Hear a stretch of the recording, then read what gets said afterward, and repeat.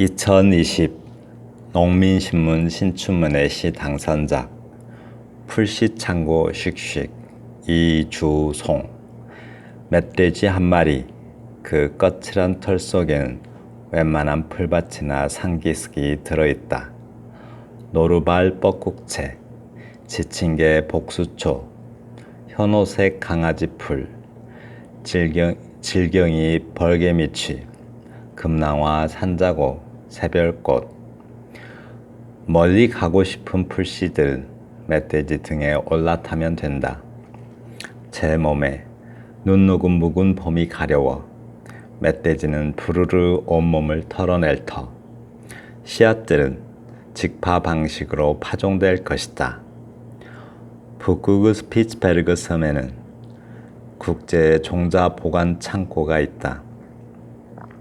먼 훗날의 구호를 위해 멧돼지 한 마리, 그 씩씩거리는 씨앗 창고를 기르고 싶다. 이 산과 저 산, 이쪽 풀밭과 저쪽 풀밭이라는 말, 다 멧돼지의 등짝에서 떨어진 말일 것이다. 그러니 너나들이 섞이는 산, 번지는 초록들은 멧돼지의 숨결, 국경도 혈연도 지연도 없다. 멧돼지 꼬리에서 반딧불이 날아오르고 거칠한 오해 속에서도 극지에서도 풀씨들이 움튼다.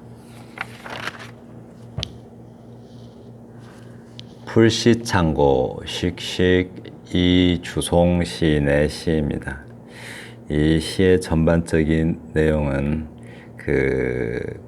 멧돼지에 관한 이야기인데, 멧돼지는 인간들은 요즘은 특히 그러는데요. 멧돼지는 뭐 질병을 옮기고 농작물을 해치고 뭐 그런 유해동물이라고 여기죠. 그런데 시인은 멧돼지가 어떤 그 생명의 전파자, 뭐 생명을 어떤 이 세상에 생명을 유지하는 종자 보관소 정도 된다고 멧돼지의 중요한 역할을 말합니다. 인간 사회에서도 어떤 뭐랄까요, 모두가 그 해로운 존재라고 규정한다 하더라도 그 존재는 온갖 그 다양한 나름대로의 귀중한 역할을 가지고 있다라고 말하고 있어요. 멧돼지 한 마리, 그 거칠한 털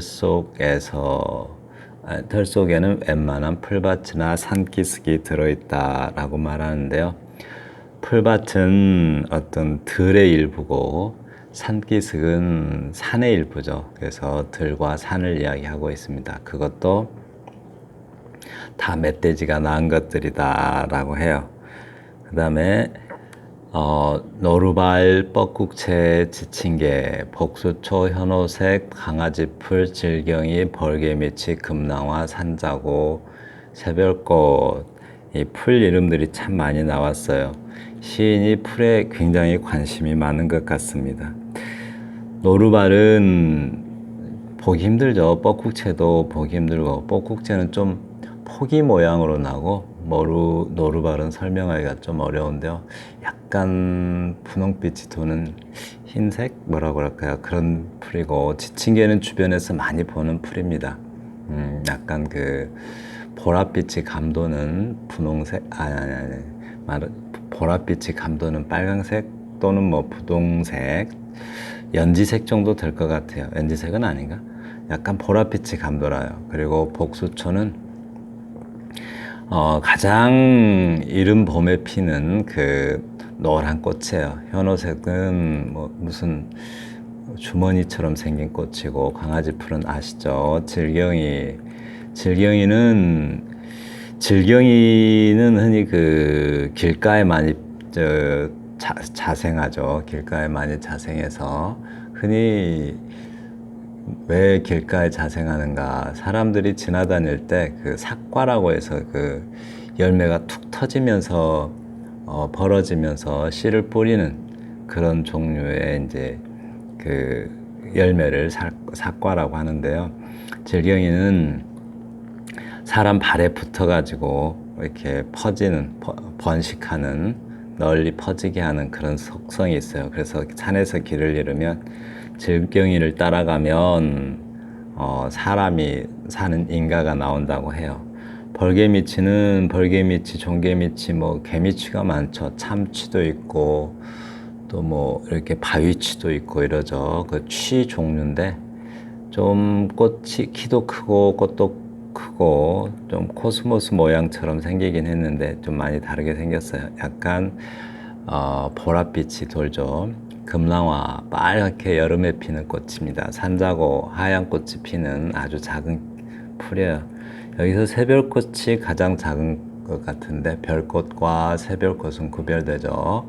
별꽃이 한 5월에 핀다면 4월, 5월에 핀다면 새별꽃은 그 이후에 피어요. 여름에 하얀 꽃이 피는데 거의 아주 작습니다. 식물 읽어주는 시인이라는 유튜브에 들어가시면 이거 다 나옵니다. 식물 읽어주는 시인. 네, 많이 들어본 목소리가 들릴 겁니다. 그다음에 멀리 가고 싶은 풀씨들은 멧돼지 등에 올라타면 된다. 많은 열매들이, 풀씨들이 이런 식으로 번식을 하고 또 번창을 해요. 이렇게 풀씨들이 짐승이나 사람 또는 뭐 먹혀가지고, 과일 같은 경우는 사람에게 또는 동물에게 먹혀서 멀리 이동을 하죠. 그래서 번식지, 서식지를 넓혀갑니다. 제 몸에 눈 녹은 묵은 봄이 가려워 멧돼지는 부르르 몸을 털어내터 씨앗들은 직파 방식으로 파종될 것이다. 시골에 사시는 분들은, 살아본 적 있는 분들은 이 말이 잘 이해가 되겠죠. 근데 도시에서 사시는 분들이 잘 이해될지 모르겠어요. 제 몸에 눈 녹은 묵은 봄이 가려워 여름이나 따뜻해졌을 때죠. 묵은 봄은 지난 계절을 말할 것이고 봄을 말하겠죠. 봄을 딱 털어내면 멧돼지는 부르르 온몸을 털어낼 터. 그러면 씨앗이 떨어지겠죠. 씨앗은 직파 방식으로 파종될 것이다 라고 합니다. 파종이라는 것은 씨앗을 뿌리는 것을 파종이라는데, 그 방식이, 직파 방식은 땅에다 직접 씨를 뿌려서 그대로 자라게 하는 게 직파 방식이고요. 또 모종 방식이 있죠. 모종.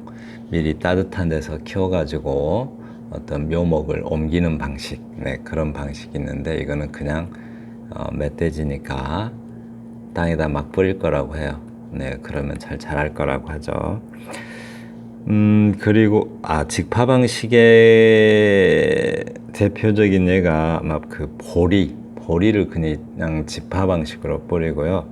주로 그 따뜻할 때, 보리도 좀 가을에 뿌리죠. 겨울을 또 지나고.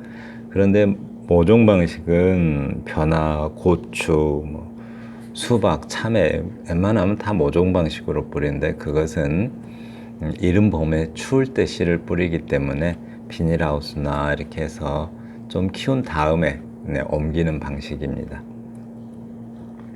그리고 북부의 스피츠베르겐 섬에는 국제 종자 보관 창고가 있다.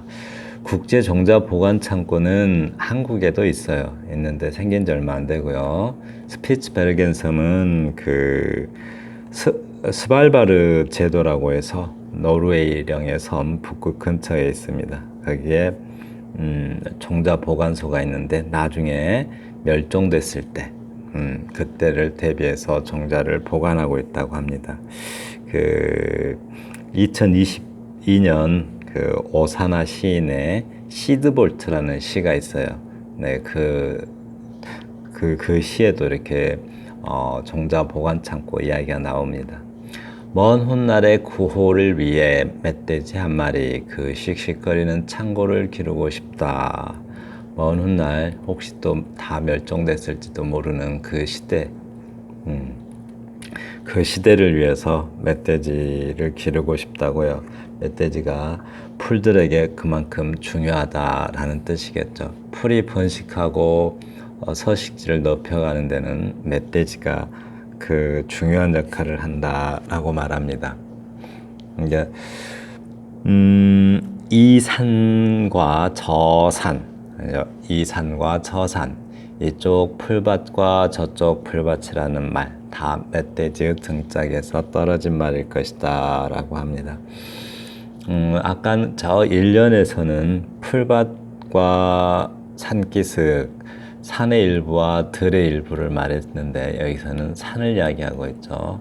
이쪽 좀 저 개인적인 생각은 이 풀밭이라고 하지 말고 이 들판과 이쪽 들판과 저쪽 들판이라고 하면 산과 그 조금 대비되는 개념으로 더 어울릴 것 같은데 시인은 풀밭이라고 했어요. 왜냐하면 들판보다는 풀밭이 훨씬 느낌이 더 와닿죠. 왠지 생명이 있는 어떤 생명의 풀이라는 것은 들판보다는 좀 직접적인 생명의 의미가 좀 더 느껴지는 것 같아요. 그래서 그냥 풀밭이라고 한 것 같습니다.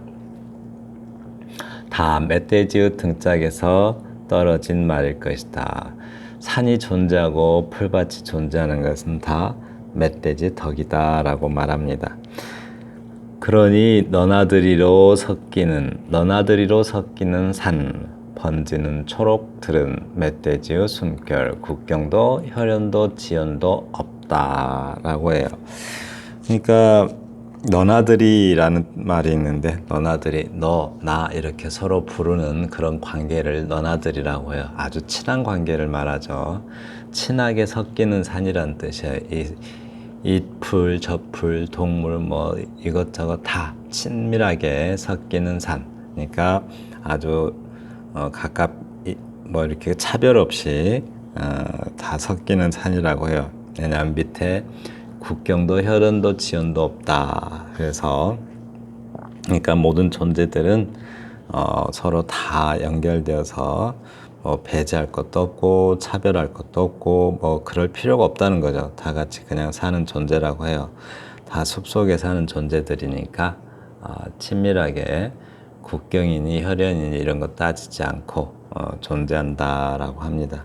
근데 그거는 시인의 아름다운 생각이고요. 실제 산은 굉장히 생존 투쟁이 치열한 곳입니다. 산에서 풀도 동물도 곤충도 아주 거의 뭐 죽기 아니면 까무라치기로 싸우는 그런 생존 투쟁이 굉장히 치열합니다. 근데 이제 시인은 그렇게 안 보고 있죠.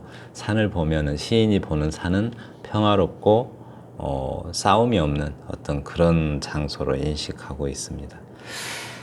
그리고 멧돼지 꼬리에서 잠깐만요. 멧돼지 꼬리에서 반딧불이 날아오르고 거칠한 오해 속에서도 극지에서도 풀씨들이 움튼다 라고 해요. 멧돼지 꼬리에서 이 시인이 의도하고 썼는지 아니면 그냥 쓴 건지는 모르겠는데요. 이 꼬리라는 것은 끝을 의미하죠. 끝이죠. 어떤 멧돼지 꼬리에서 많은 야생동물이 멸종해가고 이럴 때 지금 문명에 의해서 자연이 많이 멸종되고 있는데 그 끝을 의미한 것인지 그냥 멧돼지 꼬리인지는 모르겠는데요. 아무튼 꼬리는 끝이죠. 끄트머리. 어떤 것의 끝에서 반딧불이 날아오른다. 뭔가 끝날 것 같은데 불은 희망이죠. 희망이 날아오른다 라고 해요. 반딧불이까지가 곤충이고요. 반딧불이가 이렇게 보여주는 불빛이 반딧불입니다. 그러니까 반딧불이가 날아오르고 가짜가 생략됐죠. 반딧불은 반딧불빛이고요. 반딧불이가 곤충 이름입니다. 반딧불이가 날아오르고 이 어떤 글자의 수를 좀 맞춘 것 같아요. 가짜 넣어서 생각해 주세요. 거칠한 오해 속에서도 극지에서도 풀씨들이 움튼다 라고 합니다. 그러니까 어떤 상황에서도 희망은 싹튼다. 항상 끝날 것 같은데 끝나지 않고 희망이 다시 생기고 그리고 어떤 상황 속에서도 희망이 싹튼다라고 말해요. 흔히 풀씨들이 싹 튼다 이렇게 하지 않고 튼다라고 말하는데요. 과 싹은 어떤 차이가 있을까요? 거의 같은 말이죠. 거의 같은 말인데 이라고 하면 왠지 어떤 전조가 있는 느낌, 어떤 조짐, 전조가 있는 느낌이 들고 싹은 왠지 그 새로움이 느껴지죠. 네, 거의 같은 말입니다. 싹과 음은 이제 그런 느낌이 좀 다르다라고 제가 지금 설명하고 있습니다. 이 신춘문예 시 중에서 참 보기 드문 시죠. 신춘문예 시는 되게 어렵고 이러는데 자연을 아주 편안하게 평화롭게 노래하고 있습니다. 그러니까 멧돼지는 지금은 멧돼지가 거의 그 유해동물로 취급받죠. 그런데 멧돼지 어떤 아름다운 역할들에 대해서 이렇게 노래하고 있습니다. 네, 지금까지 풀씨 창고 쉑쉑 이주송 시인의 시를 공유해 보았습니다. 감사합니다.